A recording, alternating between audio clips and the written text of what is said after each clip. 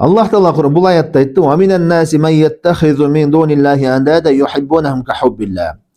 Адамдардын арасында ушундай адамдар бар, алар Аллах Тааладан башка сыйынылган шериктерини Аллахты жакшы көргөндөй жакшы көрүшөт dedi.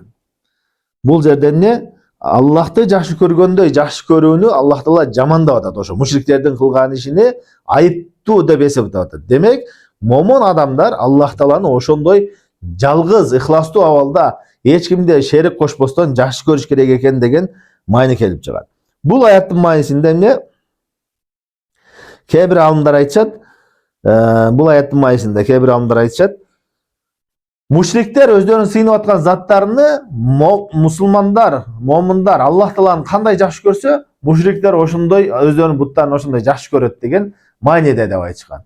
Экинчи тафсир, кээ бир алымдар айтат, мушриктер өздөрүнүн сыйынып аткан заттарыны, буттарыны Аллах Таала менен шериктеш кылып теңдеш бирдей жакшы көрүшөт. Мындайча айтканда, Аллахты жакшы көргөн деңгээлде ширк кылышып жакшы көрүшөт дейт.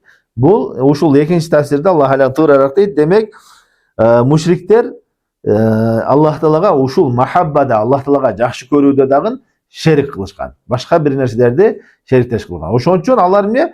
Аллахты жакшы көргөндөй ошолорду жакшы көргөн үчүн аларга дагы сыйынышып ибадаттын түрлөрүн арнап кетишкен.